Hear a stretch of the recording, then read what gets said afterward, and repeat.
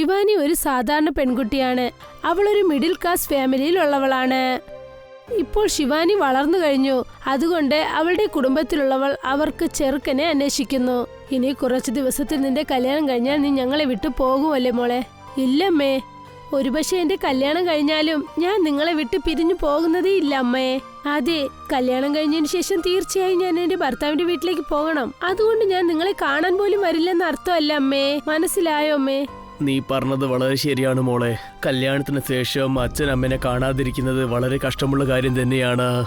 അവര് ഒരു വീട്ടിൽ നിന്ന് മറ്റൊരു വീട്ടിലേക്കല്ലേ പോകുന്നത്. കണ്ണ് എത്ര ദൂരം വരെ നീ പോകുന്നതുകൊണ്ട് ഞങ്ങൾ മനസ്സ് വിട്ട് നീ പോകുന്നില്ലല്ലോ മോളെ.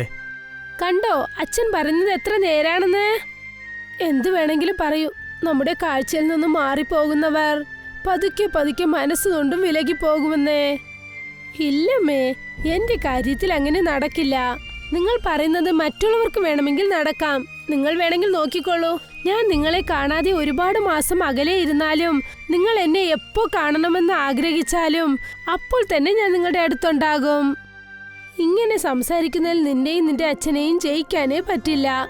ദൈവസഹായം കൊണ്ട് നിങ്ങൾ രണ്ടുപേരുടെ സ്നേഹം നിന്റെ കല്യാണത്തിന് ശേഷവും ഇതുപോലെ തന്നെ ഉണ്ടാകണം. ശരി ശരി, എനിക്കിപ്പോ ഒന്ന് ടിഫിൻ ഉണ്ടാക്കി തരൂ. ഞാൻ പുറപ്പെടുകയാണ്. ശിവാനിക്ക് വേണ്ടി മറ്റൊരു സ്ഥലം എനിക്ക് നോക്കാനുണ്ട്. ഞാൻ ഇന്ന് തന്നെ പോയിട്ട് ആ പയ്യനെ കണ്ടിട്ട് വരാം. ശരി, നിങ്ങൾ ചെന്ന് കൈയൊക്കെ കഴുകിയിട്ട് വരൂ. ഞാൻ നിങ്ങൾക്ക് ടിഫിൻ എടുത്തു വയ്ക്കാം. ശിവാനിയുടെ അച്ഛൻ കൈ കഴുകാനായി ചെന്നു. പിന്നെ ശിവാനിയുടെ അമ്മ അദ്ദേഹത്തിന് ടിഫിൻ എടുത്തു വെക്കാൻ പോയി. പിന്നെ ശിവാനി അവരുടെ വീട്ടിലുള്ള പൂജാമുറിയിലേക്ക് പോയി. എന്റെ കൃഷ്ണ, എനിക്ക് ആരോടൊപ്പം കല്യാണം നടന്നാലും ശരി, ആ ചെറുക്കൻ നല്ല ചെറുക്കനായിരിക്കണം.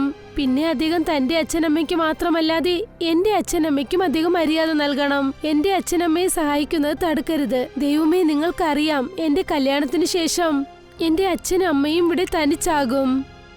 ഇവിടെ ശിവാനി കൃഷ്ണനോട് പ്രാർത്ഥിക്കുകയായിരുന്നു.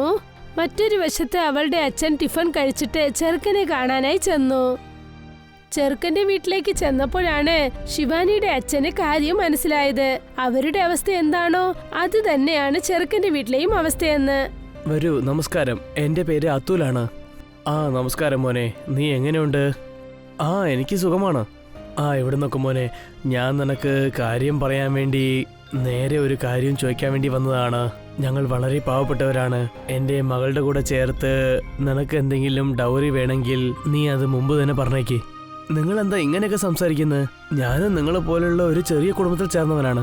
വീട്ടില് എന്റെ അമ്മയുണ്ട്. പിന്നെ ഞാൻ ജോലി ചെയ്യുന്നത് അതുകൊണ്ടാണ് ഞാൻ സിറ്റിയിൽ തന്നെ ചുറ്റിക്കൊണ്ടിരിക്കുന്നത്. അതുകൊണ്ട് ഞാൻ എങ്ങനെ നോക്കുന്നു വെച്ചാൽ അവര് കല്യാണത്തിന് ശേഷം എന്റെ അമ്മേനെ ഭദ്രമായിട്ട് നോക്കണം. ഇവിടെ നോക്കുമ്പോനെ, ഞാൻ എന്റെ മകൾക്ക് ഇതുവരെ ഞാനൊരു ഗിഫ്റ്റ് കൊടുത്തിട്ടേ ഇല്ല. പക്ഷേ അവൾക്ക് ഞാൻ കുറെ കലാചാരം പഠിപ്പിച്ചു കൊടുത്തിട്ടുണ്ട്. ഞാൻ ഇത് തന്നെയാണ് വിശ്വസിക്കുന്നത്. പിന്നെ ഗിഫ്റ്റ് നമ്മൾ എപ്പോൾ വേണമെങ്കിലും കൊടുക്കാം. പക്ഷേ കലാചാരം തരണമെങ്കിൽ അതിനുള്ള ഒരു വയസ്സുണ്ടല്ലോ.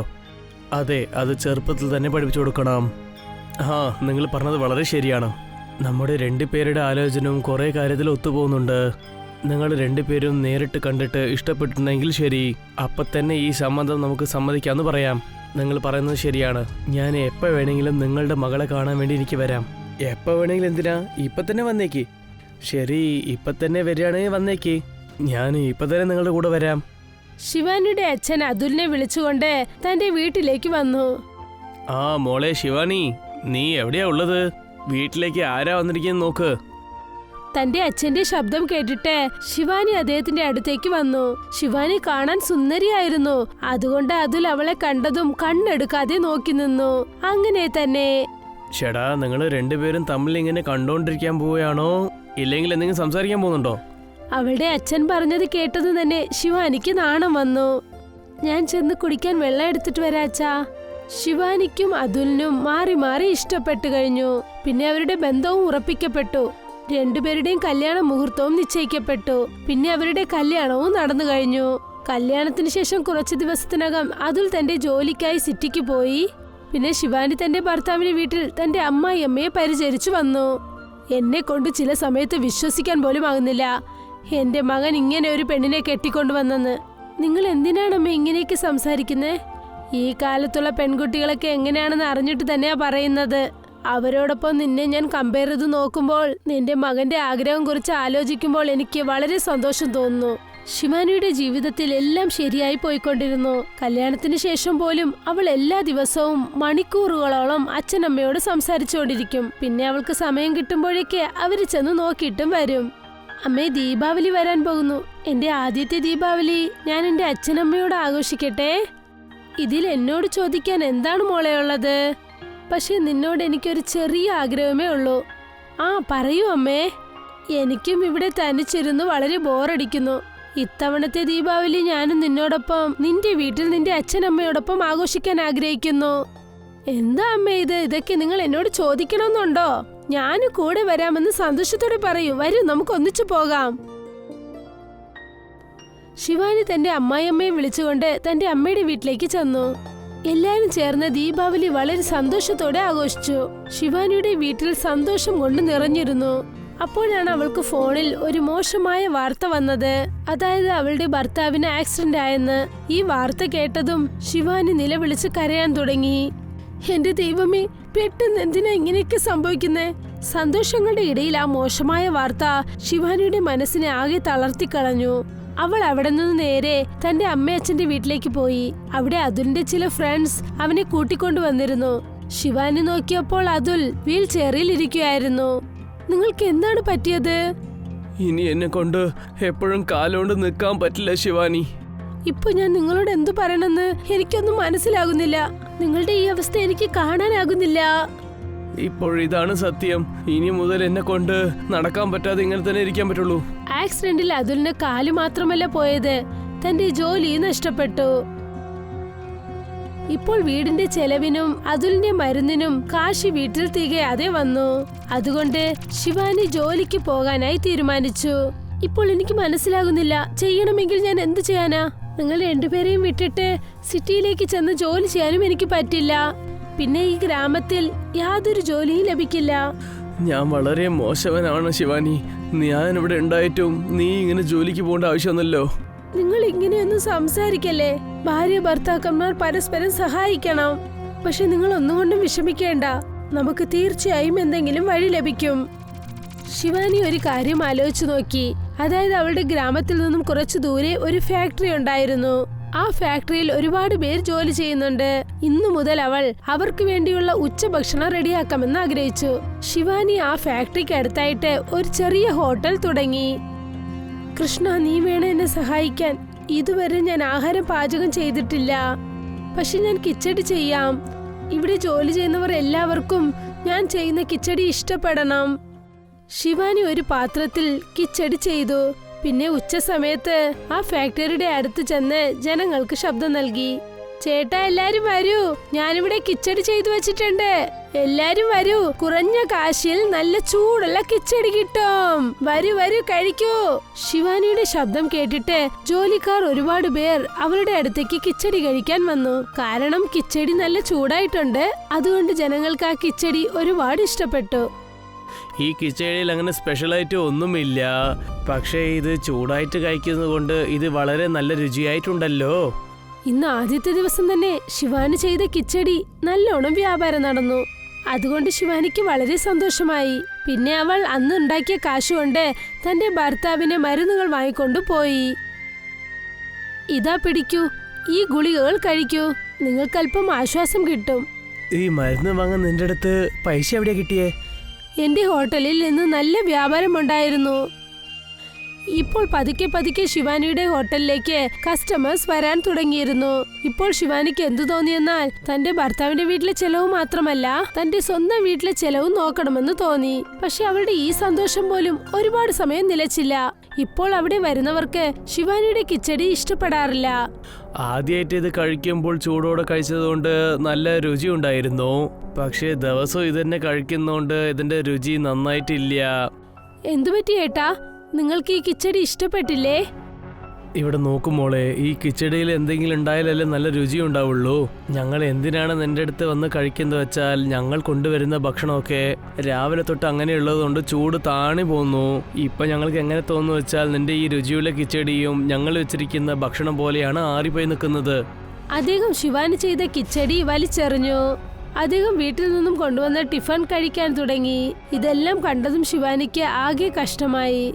ചേട്ടാ, ഞാൻ കിച്ചടി വേണമെങ്കിൽ ചൂടാക്കി തരട്ടെ? ചൂടായിട്ട് കഴിച്ചാൽ അത് നിങ്ങൾക്ക് ഇഷ്ടപ്പെടും. എന്ത് ചൂട് ചെയ്യാനാ മോളെ? നീ ഇപ്പോഴല്ലേ ഈ കിച്ചടി ഉണ്ടാക്കിയത്? നീ എത്ര പ്രാവശ്യം ചൂടാക്കിയിട്ട് ഇത് കൊണ്ടുവരിക? അതുമാത്രമല്ലാതെ ഇതില് രുചിയില്ലാതപ്പോൾ ഇത് ചൂടായിട്ടുണ്ടായാൽ എന്താ, രുചിയില്ലെങ്കിൽ എന്താ? ഒരു വ്യത്യാസവും ഇതിലില്ല. ഇനി ഞാൻ എപ്പോഴും നിന്റെ ഹോട്ടലിലേക്ക് വന്നാൽ ഈ കിച്ചടി ഞാൻ എന്തായാലും കഴിക്കാൻ പോകുന്നില്ല. അദ്ദേഹം അവിടെ നിന്നും പോയി. പിന്നെ അദ്ദേഹത്തോടൊപ്പം ചേർന്ന് ഒരുപാട് ആൾക്കാർ അദ്ദേഹത്തിന്റെ പുറകെ പോയി, കിച്ചടി കഴിക്കാതെ. ശിവാനിക്ക് ഇപ്പോൾ ആകെ വിഷമമായി. അവൾ തന്റെ ഹോട്ടൽ അങ്ങനെ തുറന്നിട്ടിട്ട് നേരെ തന്റെ വീട്ടിലേക്ക് പോയി. ശിവാനി, എന്റെ ഗുളികളൊക്കെ തീർന്നുപോയി. നീ എനിക്ക് വേണ്ടി ഗുളികയൊന്നും വാങ്ങിട്ട് വന്നില്ലേ? ഇങ്ങനെ പറഞ്ഞത് കേട്ടതും ശിവാനിയുടെ കണ്ണുകൾ നിറയാൻ തുടങ്ങി. കാരണം അവളുടെ കയ്യിൽ ഒരു കാശുമില്ലായിരുന്നു. പാവം, അവൾ ഗുളിക എങ്ങനെ വാങ്ങിട്ട് വരും? എന്തുപറ്റി ശിവാനി? നീ കുറച്ച് ടെൻഷനായിട്ടുണ്ടോ തോന്നുന്നല്ലോ. എല്ലാം ശരിയല്ലേ? കുഴപ്പമില്ല. അത് കണ്ണിൽ അല്പം മുളക് പൊടി കൊണ്ടതാ. അതുകൊണ്ടാണ് കണ്ണ് കലങ്ങിയിരിക്കുന്നത്. അതുകൊണ്ട് വെള്ളം വരുന്നു. ഞാൻ ചെന്ന് മരുന്ന് വാങ്ങിട്ട് വരാം. ശിവാനി വീട്ടിൽ നിന്നും തിരിച്ചു വന്നു. പക്ഷെ കാശില്ലാതെ എങ്ങനെ ഗുളിക വാങ്ങിക്കും? അതെന്തിന്? ഹോസ്പിറ്റലിലേക്ക് പോലും അവളെ കൊണ്ടുപോകാനായില്ല. ഇക്കാര്യം അവൾക്ക് നന്നായിട്ട് അറിയാം. ഈ സങ്കടമായ അവസ്ഥയിൽ അവൾ ആ കൃഷ്ണനെ പ്രാർത്ഥിച്ചു. അയ്യോ കൃഷ്ണ, നീ വേണം എന്നെ സഹായിക്കാൻ. ഇപ്പോൾ ഞാൻ വലിയ കഷ്ടത്തിലാണ്. വീട്ടിൽ എന്റെ ഭർത്താവ് വീൽ ചെയറിൽ ഇരിക്കുകയാണ്. പിന്നെ എന്റെ വീട്ടിൽ അച്ഛനമ്മയുടെ അവസ്ഥ വല്ലാത്ത മോശമാണ്. ഞാൻ എന്തു ചെയ്യും? എനിക്ക് എന്തെങ്കിലും ഒരു വഴി കാണിക്കൂ. ശിവാനി കണ്ണനെ പ്രാർത്ഥിക്കുകയായിരുന്നു. അപ്പോഴാണ് ഒരു പശു കരയുന്ന ശബ്ദം കേട്ടത്. അവൾ തിരിഞ്ഞു നോക്കി.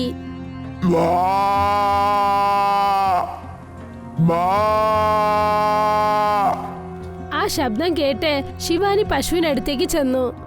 എന്നുവെച്ചാൽ കൃഷ്ണൻ ഈ പശു എനിക്ക് വേണ്ടി അയച്ചു തന്നതായിരിക്കും. പക്ഷേ ഈ പശുവിന്റെ അവസ്ഥ വല്ലാത്ത മോശമാണ്. ഞാൻ വേണം ഇതിന് എന്തെങ്കിലും സഹായം ചെയ്യാൻ. ശിവാനി ആ പശു തന്നോടൊപ്പം ഹോട്ടലിലേക്ക് കൊണ്ടുപോയി. പിന്നെ ഹോട്ടലിലേക്ക് ചെന്നതും അന്ന് ചെയ്ത കിച്ചടി മൊത്തം ആ പശുവിന് നൽകി. ആ ജോലിക്കാരൊക്കെ ആ കിച്ചടി കഴിക്കാൻ കൂട്ടാക്കിയില്ല. ഇത് കഴിക്കൂ പശുമാതാവേ, ഇത് കഴിക്കുന്നത് കൊണ്ട് നിങ്ങളുടെ വിശപ്പെല്ലാം തന്നെ മാറും. പശു നല്ല വിശപ്പിലായിരുന്നു. അതുകൊണ്ട് അത് പെട്ടെന്ന് എല്ലാ കിച്ചടിയും കഴിച്ചു തീർത്തു. ശിവാനി ആ പശു ഇപ്പോൾ തന്റെ വീട്ടിലേക്ക് കൊണ്ടുപോയി. വൈകുന്നേരം ആ പശു വീണ്ടും കരയാൻ തുടങ്ങിയപ്പോൾ ശിവാനി അതിന് പുല്ലുകൾ കൊണ്ടുവന്നിട്ടു. അപ്പോൾ അവളുടെ ശ്രദ്ധയിൽ പശുവിന്റെ മടി കണ്ടപ്പോൾ പശുവിന്റെ മടിയിൽ നിന്നും പാൽ കറക്കാൻ തീരുമാനിച്ചു. എനിക്ക് തോന്നുന്നു ഇത് കറക്കുന്ന പശുവാണെന്ന്. നമ്മൾ ഇതിൽ പാല് കറന്നു നോക്കാം. ശിവാനി വീട്ടിൽ നിന്നും ഒരു ബക്കറ്റ് എടുത്തുകൊണ്ടുവന്നു. പാൽ കറക്കാൻ തുടങ്ങി. പശുവും നല്ല ഗുണമുള്ള പശുവാണ്. അത് പാൽ കറക്കാൻ തുടങ്ങി. ആ പശുവിന്റെ പാൽ വളരെ വ്യത്യസ്തമായിരുന്നു. ഒരേ സമയത്ത് അതൊരു ബക്കറ്റ് നിറയെ പാല് നൽകി. പശുമാതാവേ, നിങ്ങൾ ചെയ്തത് വളരെ നല്ല കാര്യമാണ്. ഇപ്പോൾ ഈ പാൽ ഉപയോഗിച്ച് ഞാൻ പനീർ ചെയ്യും. പിന്നെ എന്റെ ഹോട്ടൽ ഞാൻ വീണ്ടും തുടങ്ങുന്നതാണ്. ശിവാനി ആ പശുപാലിൽ പനീർ ചെയ്തു. ഈ പനീർ വൈരം പോലെ മിന്നി. പിന്നെ അവൾ ആ പനീർ എടുത്തുകൊണ്ടുപോയി തന്റെ ഹോട്ടലിൽ പനീർ കിച്ചടി ചെയ്തു. ആ മാന്ത്രിക പനീർ കിച്ചടിയുടെ മണത്തിൽ ആ ഫാക്ടറിയിൽ ജോലി ചെയ്യുന്ന എല്ലാവരും അവിടെ കഴിക്കാനായി വന്നു. ഇന്ന് വളരെ നല്ല മണമുണ്ടല്ലോ. നീ എന്ത് ഉണ്ടാക്കിയിട്ടുണ്ടോ അത് ഇങ്ങോട്ടൊന്ന് വേഗം കൊണ്ടുവാ. ശിവാനി എല്ലാവർക്കും ആ മാന്ത്രിക പനീർ കിച്ചടി നൽകി. അതെല്ലാവർക്കും ഒരുപാട് ഇഷ്ടമായി. ഇപ്പോൾ ശിവാനിയുടെ ഹോട്ടൽ വീണ്ടും റണ്ണാകാൻ തുടങ്ങി. ഇപ്പോൾ അവൾ നന്നായിട്ട് കാശുണ്ടാക്കാൻ തുടങ്ങി. അവൾ തന്റെ ഭർത്താവിനെ മരുന്നുകളോടൊപ്പം ചേർത്ത് തന്റെ അച്ഛനമ്മയുടെ ആവശ്യങ്ങളും നിറവേറ്റി. അതിനുശേഷം ശിവാനിയുടെ ഹോട്ടൽ പനീർ കിച്ചടി ഹോട്ടൽ എന്ന പേരിൽ ഫേമസ് ആയി.